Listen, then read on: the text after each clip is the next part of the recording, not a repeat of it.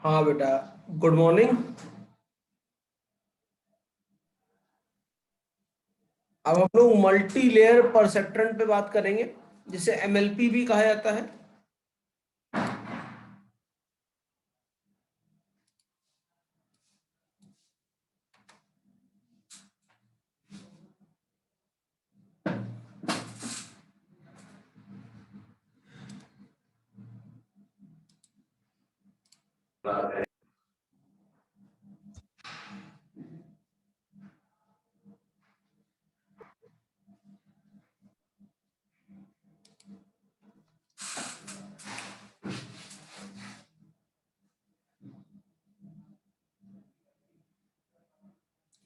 अब जब यहाँ बात हो रही है मल्टी लेयर की, इसका मतलब क्या है कि जो आपकी फाइनल आउटपुट आने वाला है वो किसी एक इनपुट पे डिपेंडेंट नहीं होगा। That will be dependent on multiple input.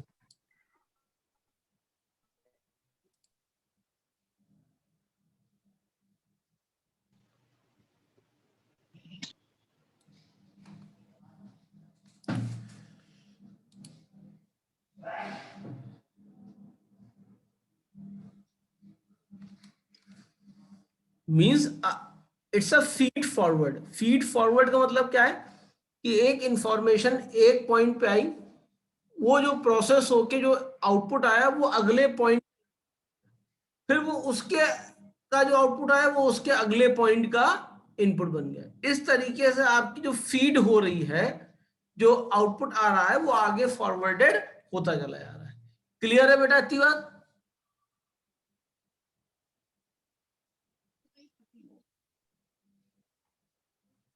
अगर आप देखिए इसमें एक और वर्ड यूज किया गया है,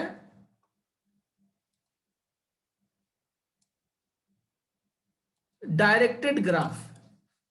डायरेक्टेड ग्राफ का मतलब क्या हुआ?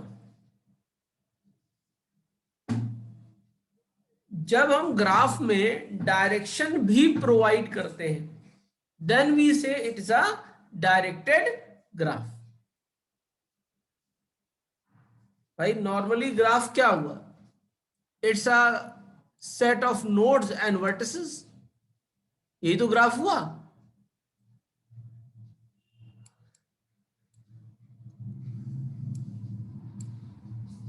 ये ए वर्टिस है, ये बी वर्टिस है, ये सी वर्टिस है, ये डी वर्टिस है। तो ये सब अलग अलग वर्टिसेस हुई। लेकिन ये किस तरह का ग्राफ है? अनडायरेक्टेड ग्राफ है।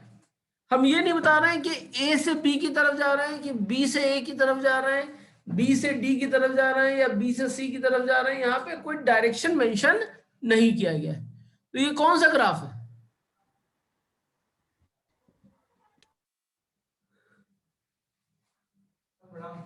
ये आपका अनडायरेक्टेड ग्राफ है। डायरेक्टेड ग्राफ में हम इस तरीके से डायरेक्शन भी मेंशन करेंगे।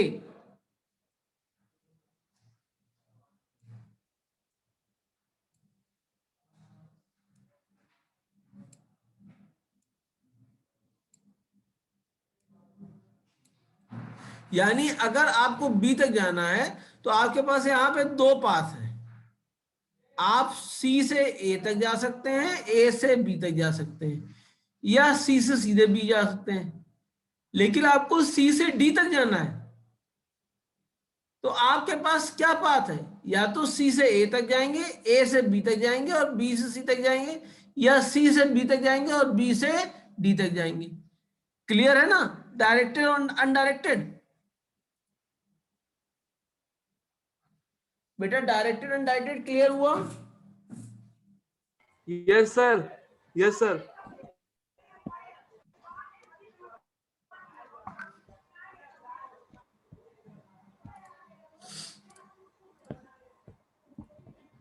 तो यहां पर आपका फीड फॉरवर्ड है, यानी एक का इनपुट आउटपुट दूसरे का इनपुट बनेगा, और ये कंटिन्यूअसली होता रहेगा जब तक कि हम फाइनल अपने रिजल्ट पे नहीं पहुंच जाते हैं।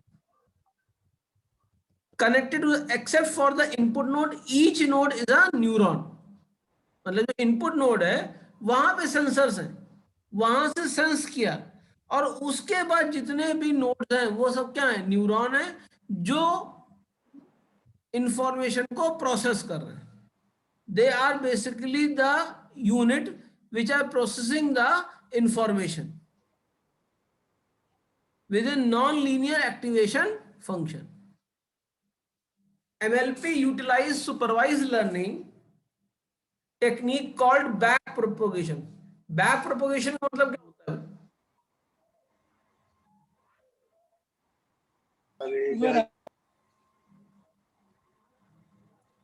भाई आपने देखा होगा कभी कभी जब आंसर नहीं आता था तो हम पीछे जो दिए गए आंसर होते थे उनको क्वेश्चन में रख के चेक करते थे क्वेश्चन करेक्ट किया गया है कि नहीं किया है, यानी बैकवर्ड मूवमेंट, यानी बैकवर्ड अप्रोच। फ्रंट अप्रोच नहीं है, बैक अप्रोच है, जिसे रिवर्स इंजीनियरिंग या री इंजीनियरिंग का प्रोसेस आप कह रहे हैं। क्लियर है बात?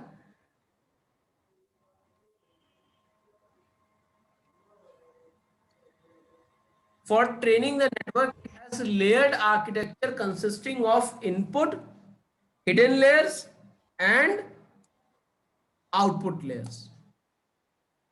मतलब मल्टी लेयर परसेप्ट्रॉन में आपके कितने लेयर्स होते हैं? 3 लेयर्स होते हैं। वो 3 लेयर्स क्या हैं?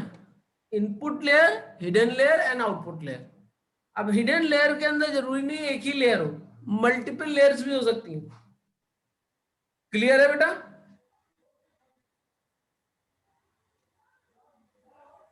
Yes, sir.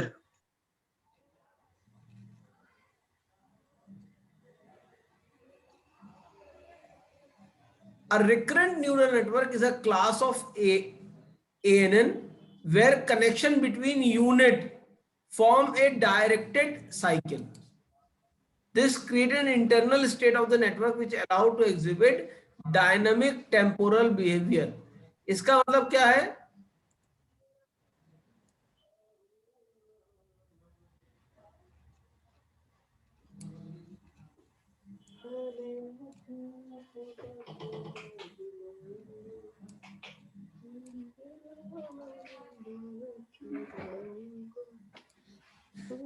ये मान लीजिए ए है, ये बी है, ये सी है, ये डी है। तो यहां पर आप देखिए तो एक डायरेक्टेड साइकिल बना हुआ है कि नहीं बना हुआ है?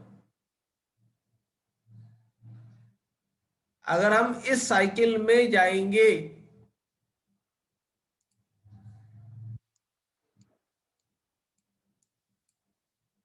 तो अगर हमें बी तक आना है तो हमको सबसे पहले ए से कहां जाना पड़ेगा? डी तक जाना पड़ेगा, डी से सी पे जाना पड़ेगा, सी से बी पे आना पड़ेगा। और they are having a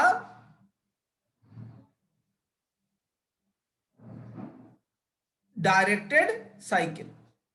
This creates an internal state of the network which allow it to exhibit dynamic temporal behavior. Unlike feed-forward neural network, RNN can use their internal memory to process arbitrary sequence. Internal memory क्या? हर processing unit के पास अपनी memory होती है जो बहुत ज्यादा नहीं होती है, बहुत ही लिमिटेड होती है, और उसको वो यूज करता है। अब इसका बेसिकली काम होता है यहाँ जैसे हैंड राइटिंग रिकग्निशन है, तो हैंड राइटिंग रिकग्निशन करने के लिए वर्ड यूज किया गया रिकग्निशन, यानी एक रिटन टेक्स्ट पैटर्न को दूसरे रिटन टेक्स्ट पैटर्न से कंपेयर करना है कि नहीं करना है? तो कंपैरिजन जब होता है तो इसका मतलब क्या है कि आपके पास पहले से ट्रेनिंग डेटा है जिससे आपको खाली मैच करके देखना है कि जो एंटर्ड चीज है वो उससे मैच कर रही है या मैच नहीं कर रही, और कुछ तो करना नहीं। तो ये क्लासिकल केस है रिकरेंट न्यूरल नेटवर्क का।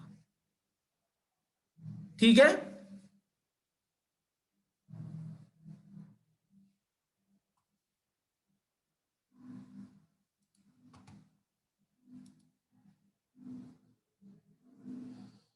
अब हम बात करेंगे CNN की, या कॉन्विनेट की। कॉन्विनेट का फुल फॉर्म होता है convolutional neural network. Convolutional network, neural network या कॉन्वेट आपका feed forward artificial neural network है, जो 2D यानी 2 डायमेंशन स्ट्रक्चर पे वर्कआउट करता है। और बेसिकली इसकी वर्किंग स्पेशल डेटा का मतलब हो गया पिक्चर्स पे, इमेजेस पे वर्किंग होती है। क्लियर है?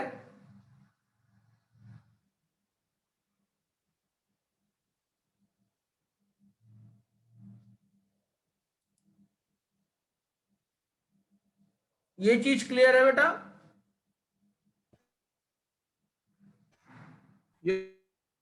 Yes sir.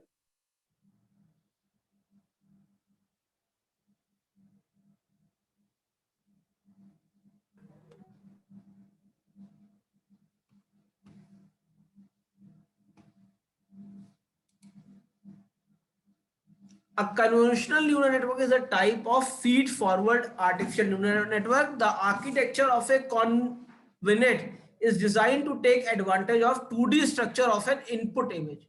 Basically, इसमें जब भी हम बात करेंगे, हम इमेज की बारे में बात करेंगे। यानी जो फीड हम तक आ रही है वो कैसी फीड आ रही है? स्पेशल स्पेशल का मतलब इमेज की फॉर्म में आ रही है। जैसे आपने एक थ्योरी पढ़ी होगी, कॉन्सेप्ट ऑफ मल्टीपल इंटेलिजेंसी। अगर आपके हिसाब से इंटेलिजेंट देखें तो कौन है? आप कई नाम बता सकते हैं। जैसे डॉक्टर APJ अब्दुल कलाम जी का नाम बता सकते हैं, इंटेलिजेंट थे। सचिन तेंदुलकर को आप इंटेलिजेंट बता सकते हो।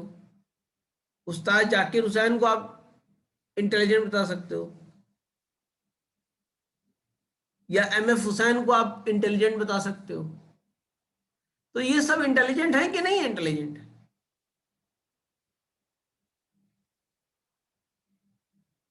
यस सर हैं। लेकिन अपने अलग अपनी अलग फील्ड के फील्ड सर वेरी रिस्पेक्टिव। लेकिन अलग अलग फील्ड में। तो अगर हम कहें कि कौन ज्यादा इंटेलिजेंट है इसमें निकाल लीजिए, तो आप कंपैरिजन नहीं कर पाएंगे, क्योंकि सबकी फील्ड क्या है? अलग अलग है। उसी तरीके से जो आपकी यहाँ पे CNN आप जहां यूज करते हो, वो एक स्पेशल फील्ड है, और वो फील्ड है only for the image input. Clear है बेटा? क्लियर है ये? Yes sir. और किसी चीज पे काम नहीं करेगा, ये किस पे काम करेगा? इमेजेस पे।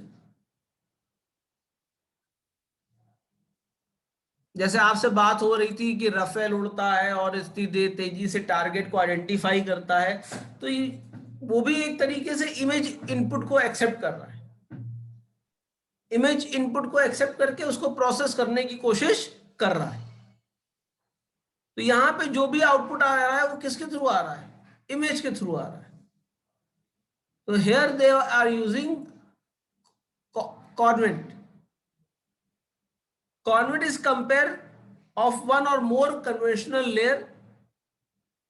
इसके अंदर आपकी एक या एक से अधिक लेयर होती हैं, जिसके अंदर फर्दर लेयर्स होती हैं जो आपस में फुली कनेक्टेड होती हैं, और वो फॉर्म करती हैं multi layer neural network. Clear है बेटा बात? यानी क्या हुआ कि एक इनपुट आया, एक लेयर थी, दूसरी लेयर थी, तीसरी लेयर थी, चौथी लेयर थी। इन सारे लेयर से डेटा हमारा पास हुआ,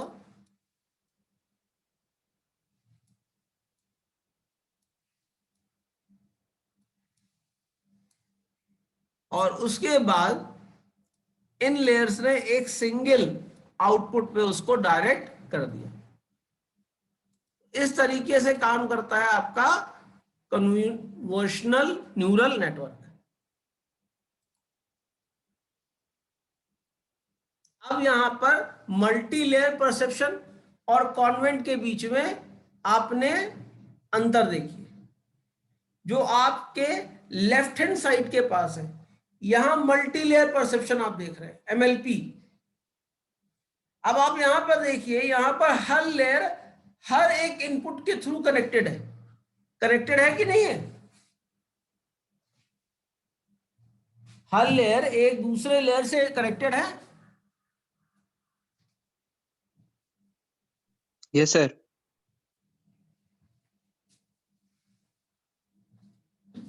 जबकि आपका कन्वोल्यूशनल न्यूरल नेटवर्क में देखिए, ये पार्शियली कनेक्टेड है लेयर्स। पार्शियली कनेक्टेड है कि नहीं है? कि भाई दो इनपुट एक लेयर पे जा रहा है, दो इनपुट पेयर एक ये लेयर पे जा रहा है, वो लेयर आपके अलग जो है आउटपुट पे जा रहा है। तो ये बेसिकली डिफरेंस है कि जो एमएलपी है ये मल्टी लेयर कनेक्शन होता है। इनमें सारे लेयर्स आपकी फुल्ली कनेक्टेड होंगी, जबकि कॉन्वेनेंट में आपकी पार्शियली कनेक्शन होगा। पार्शियली का मतलब क्या है कि आपका हर इनपुट हर एक लेयर पे वर्किंग नहीं करेगा। क्लियर है बेटा?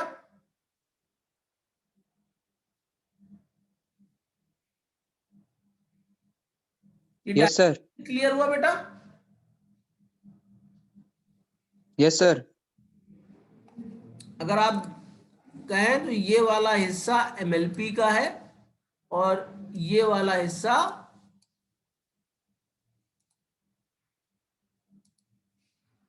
कॉन्वेनेंट का है।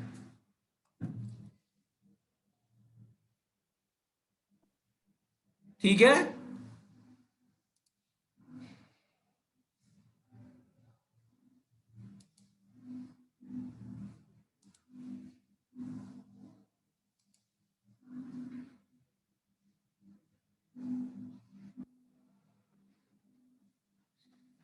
The convolutional neural network are designed to work with grid structure input. Grid structure का मतलब क्या हुआ? कुछ इस तरीके का स्ट्रक्चर, जहां आपने पूरे वर्क स्पेस को रोज और कॉलम डिवाइड कर रखा है।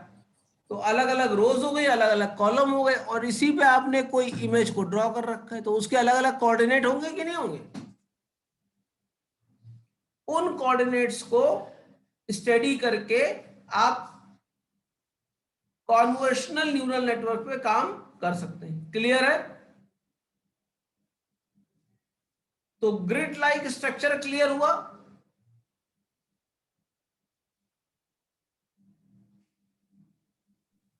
सर एक बार फिर से बता दीजिए। बिल्कुल बेटा। नॉर्मली ग्रिड क्या होती है? अगर हम देखें तो arrangement in various rows and column is known as grid. यही तो ग्रिड होती है। Yes sir. अब जब भी कभी हम ड्रॉ करते हैं कोई इमेज, तो जो यहां पर आप ये सेल देख रहे हो, जो ये जंक्शन पॉइंट देख रहे हो रो और कॉलम का, इस कोऑर्डिनेट को हम यूज करते हैं। जैसे कोई इमेज हमको ड्रॉ करनी होगी तो हमने ये कोऑर्डिनेट यूज किया, फिर ये कोऑर्डिनेट यूज किया, फिर ये कोऑर्डिनेट यूज किया, फिर इधर आ गए, फिर ये कोऑर्डिनेट यूज किया, फिर ये कोऑर्डिनेट यूज किया। तो अगर आप देखिए तो हमने सर्कल बना लिया। तो ये क्या है? एक स्पेशल इमेज है कि नहीं है? तो यहां का इनपुट जितने जंक्शन पॉइंट पे वैल्यू हैं, ये हमारे कन्वोल्यूशनल न्यूरल नेटवर्क के थ्रू इनपुट होंगे। ये क्लियर है बेटा?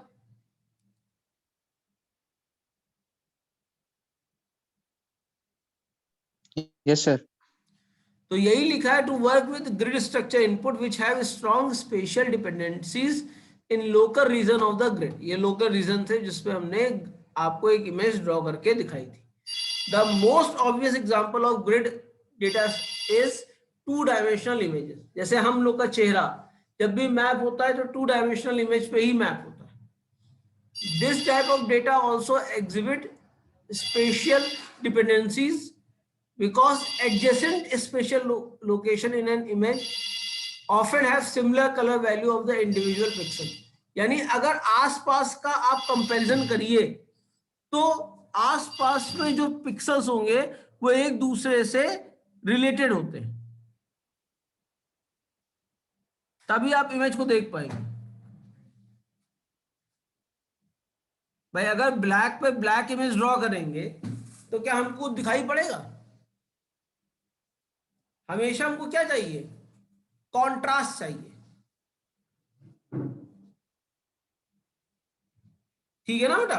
कॉन्ट्रास्ट पे तो हम लोग वर्कआउट कर सकते हैं।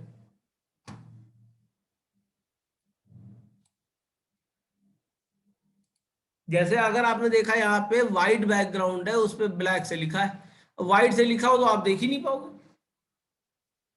तो जो आपकी इमेजेस होंगी उनका कलर एक होगा, जो इमेजेस के अलावा चीजें होंगी उनका कलर एक होगा। तो यानी कहीं ना कहीं हमको पैटर्न मिलना शुरू हो जाएगा। क्लियर है बेटा बात की?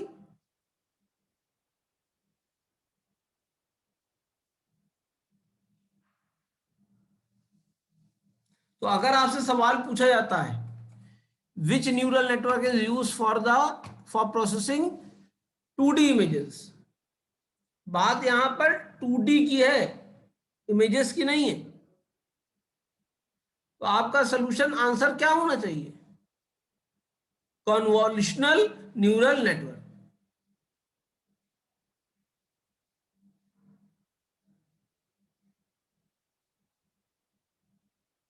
ठीक है?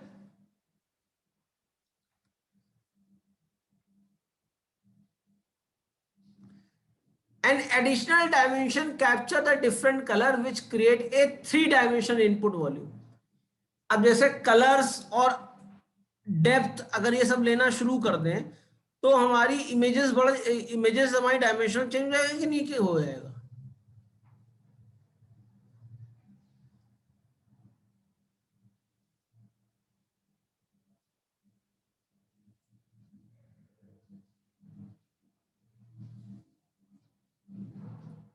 तो इसीलिए 3D डायमेंशन की बात नहीं हो रही, बात यहां पे 2D की हो रही है। 2D में क्या हो गया? हाइट हो गई और लेंथ हो गई। डेप्थ अगर हमने यूज करना शुरू कर दिया तो हम कौन सी इमेज यूज कर रहे हैं? 3D इमेजेस यूज कर रहे हैं। तो 3D प्रोसेसिंग नहीं होनी है, कौन सी प्रोसेसिंग होनी है? 2D प्रोसेसिंग होनी है। Therefore, the feature in a conventional neural network have dependencies among one another based on spatial distance. Other form of sequential data like text, time series, and sequence can also be considered as special classes of grid structure. जो text है वो भी एक तरह से image ही तो है भाई। जो टेक्स्ट हम देख रहे हैं वो एक तरीके से इमेज है कि नहीं है? अब वो इमेज पर्टिकुलर किसी शेप को फॉलो कर रही है और वो शेप हम रिकॉग्नाइज करते हैं कि इस शेप को इस नाम से हम जानते हैं।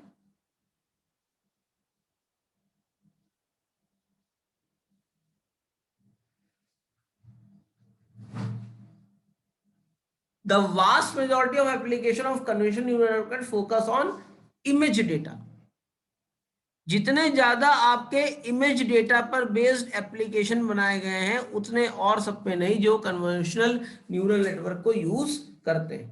तो बेसिक इनपुट जो इसमें आता है वो आपका इमेज डेटा ही आता है, जबकि आप यूज कर सकते हो for all types of temporal, spatial and spatio temporal data, यानी किसी तरह के डेटा में भी आप इसको यूज कर सकते हो, पर बेसिकली इमेज डेटा के लिए इसको इस्तेमाल किया जाता है। क्लियर है?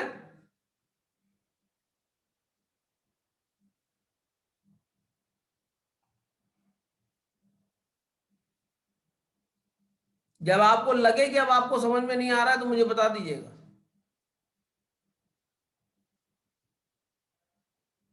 ठीक है ना बेटा? नहीं तो मैं अपने फ्लो में चलता रहूंगा, आपको समझ में नहीं आएगा तो फायदा नहीं होगा। आ रहा समझ में आ रहा। क्योंकि जब आप लोग शांत हो जाते हो तो हमें लगता है कि आप सोचते हो सर को कह लेने दो जितना कहना है, इनको अपने दिल की ख्वाहिश पूरी कर लेने दो आज। तो कन्वेंशनल न्यूरल नेटवर्क किस तरह के डेटा के लिए यूज होता है, बहुत ज्यादा समझने की जरूरत है, वो ये है केवल इमेज टाइप ऑफ डेटा के लिए। हम यूज सबके लिए कर सकते 2D 2D। हैं, हाँ 2D इमेजेस के लिए। 3D भी आप कर सकते हो, पर उसमें प्रॉब्लम ये है कि ये पार्शियली कनेक्टेड होता है। अगर फुली कनेक्टेड हो तो आप उसको किसी चीज के लिए भी यूज कर लो। सर पार्सली मतलब क्या, इसमें क्या होगा? पार्शियली आपने देखा ना, अभी अभी आपको मैंने एग्जांपल दिखाया था ऊपर, जब एमएलपी का आपने देखा नहीं था, एक जब एमएलपी यूज किया था, अभी फिर से दिखाई दे रहा हूं आपको। यहाँ पे देखो, यहाँ पे इस लेयर से सारे इनपुट कनेक्टेड हैं। ये इनपुट लेयर से सब इस हिडन लेयर से यस सर। कनेक्टेड नहीं है।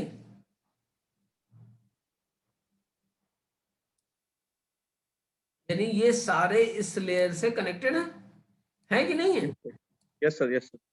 लेकिन यहां देखिए, ये दोनों इनपुट ही केवल इस लेयर से कनेक्टेड है, ये दोनों इनपुट इस लेयर से कनेक्टेड है, ये दोनों इनपुट इस लेयर से कनेक्टेड है। हाँ, आगे चल के ये लेयर्स आपस में कनेक्टेड हो गई हैं, यानी ये सारे लेयर्स कनेक्टेड हैं, पर इस तरीके से कनेक्टेड नहीं है। क्लियर है बेटा बात? Yes sir. तो कंप्लीटली और पार्शली तो सर इसमें मतलब कनेक्टेड, तो इसमें क्या मतलब फर्क, क्या मतलब अंतर क्या है इसमें? अंतर ये है, जो इमेजेस होती हैं, इमेजेस में आपका कंटिन्यूअस, क्या पता चलेगा सर इससे? हम वही बताने की बात कर रहे हैं बेटा। जब आप इसकी बात करते हो, इसका मतलब क्या है कि आप मल्टीपल लेयर्स पे काम कर रहे हो। मल्टीपल लेयर आपकी एक कंटिन्यूअस या फास्ट मूविंग डेटा को प्रोसेस करने के लिए यूज किया जाता है, ठीक है? जबकि सिंगल लेयर को प्रोसेस करने के लिए आप उसके लिए यूज करते हो जो इसका डायमेंशन ज्यादा नहीं होते, जिसमें प्रोसेसिंग ज्यादा नहीं आवाज कट रही है सर। है।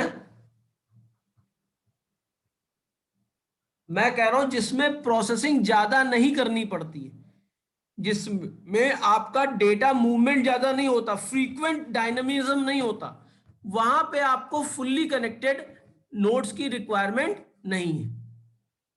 फुल्ली कनेक्टेड नोड्स कहां पे रिक्वायर्ड है? जहां पे डेटा डायनामिक ज्यादा है। क्लियर है बेटा मेरी बात? Yes sir. तो ये मल्टीपल टाइप के इनपुट को एक्सेप्ट करता है हर एक लेयर, और उसको ज्यादा प्रोसेस करता है, मतलब उसको अपने अपने लेवल पे प्रोसेस करेगा विद वेट, डिफरेंट वेट्स।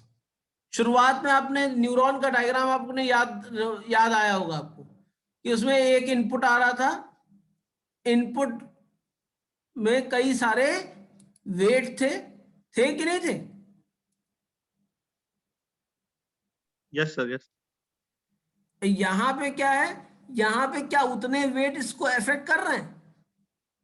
इसके डिसीजन को उतने वेट अफेक्ट नहीं कर रहे हैं जितने इसके डिसीजन को वेट अफेक्ट कर रहे हैं।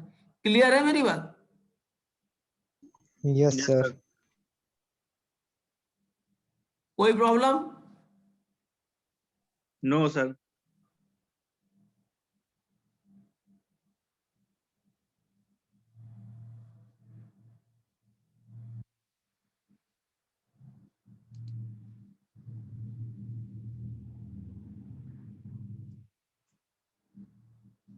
An additional dimension capture a different color which create a three-dimensional input volume. Therefore, the feature in a conventional neural network have dependencies among one another based on spatial distance.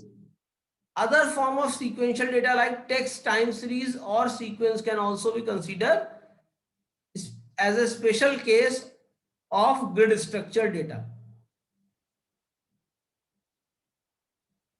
तो ये आपका किसके साथ है? Conventional neural network के साथ।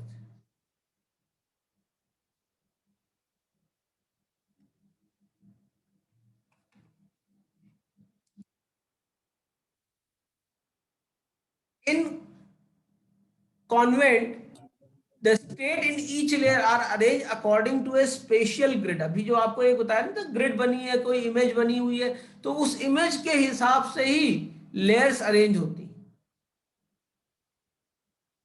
आपने किसी ने फोटोशॉप यूज किया कभी? यस सर, किया है। Yes sir. फोटोशॉप में देखो हम लोग लेयर्स पे बहुत काम करते हैं, yes sir. Yes sir.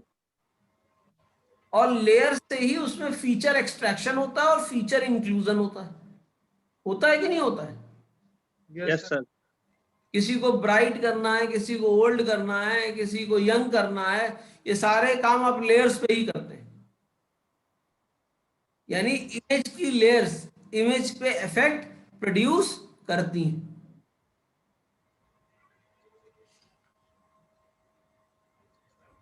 These special relationships are inherited from one layer to the next because each feature value is based on small local region. आपको बताया था जब ग्रिड में से हम इमेज को एक्सट्रैक्ट कर रहे थे तो एक पर्टिकुलर पिन पॉइंट एरिया उठा रहे थे, ये इमेज इसी एरिया में लाई कर रही है। डिपेंडेंसीज तो होती है,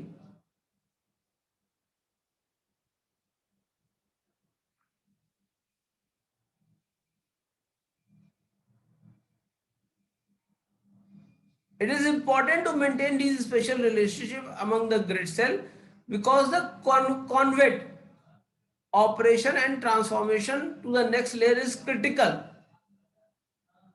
dependent on the relationship which has been mentioned.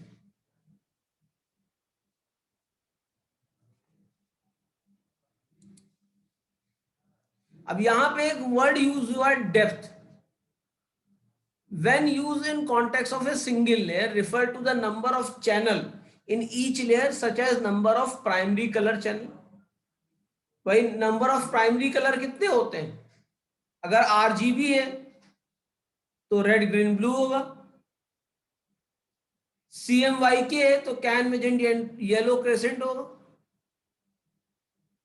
तो आजकल जो इमेजेस होती हैं इनकी कलर रेंज भी तो बहुत वाइड है कि नहीं है?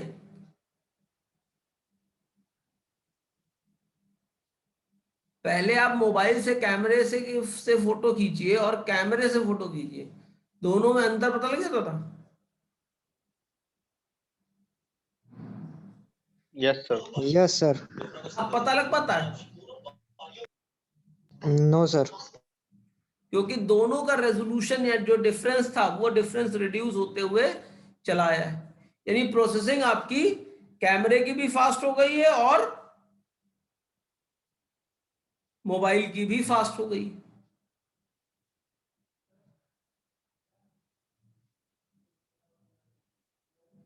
The word depth is referred to the both number of features mapped each layer as well as the number of layers is an unfortunate overloading of a terminology used in conventional,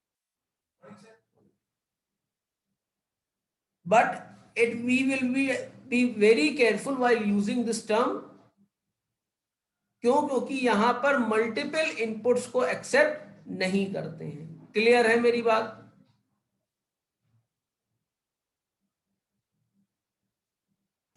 yes sir.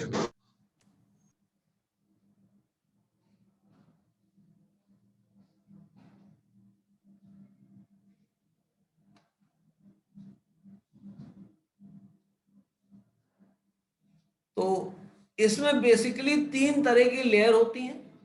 एक convolutional layer होती है, एक pooling होती है, एक RELU होती है, रिल्यू, और इसको ऐसे लिखते हैं।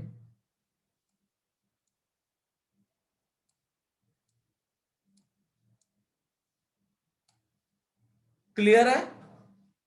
मतलब इस जो कन्वेंशनल है न्यूरल नेटवर्क है, इसमें बेसिकली तीन तरह की लेयर्स हैं जो आपस में कनेक्टेड होती हैं। वो तीनों लेयर्स के नाम क्या हैं? Convolutional, pooling and ReLU. Clear है?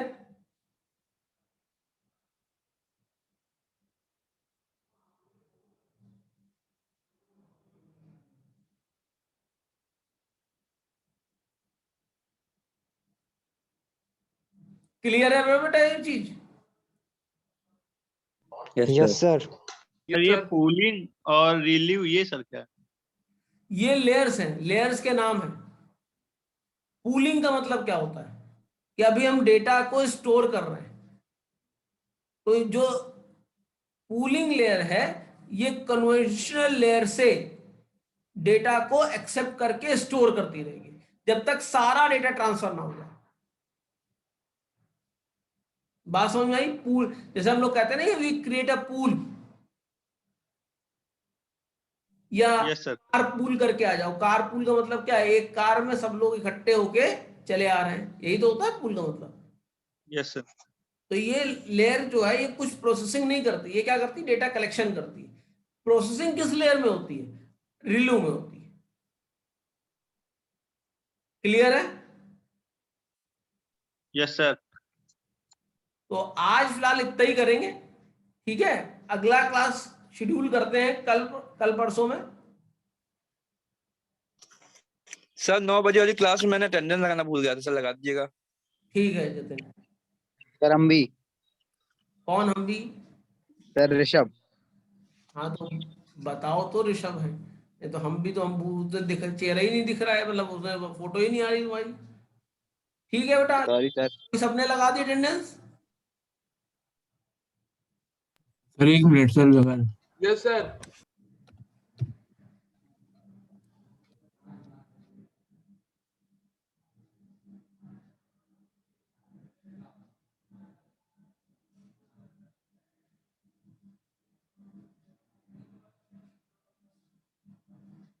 सबकी लग गई बेटा, कुछ लोगों ने डबल लगा दी है।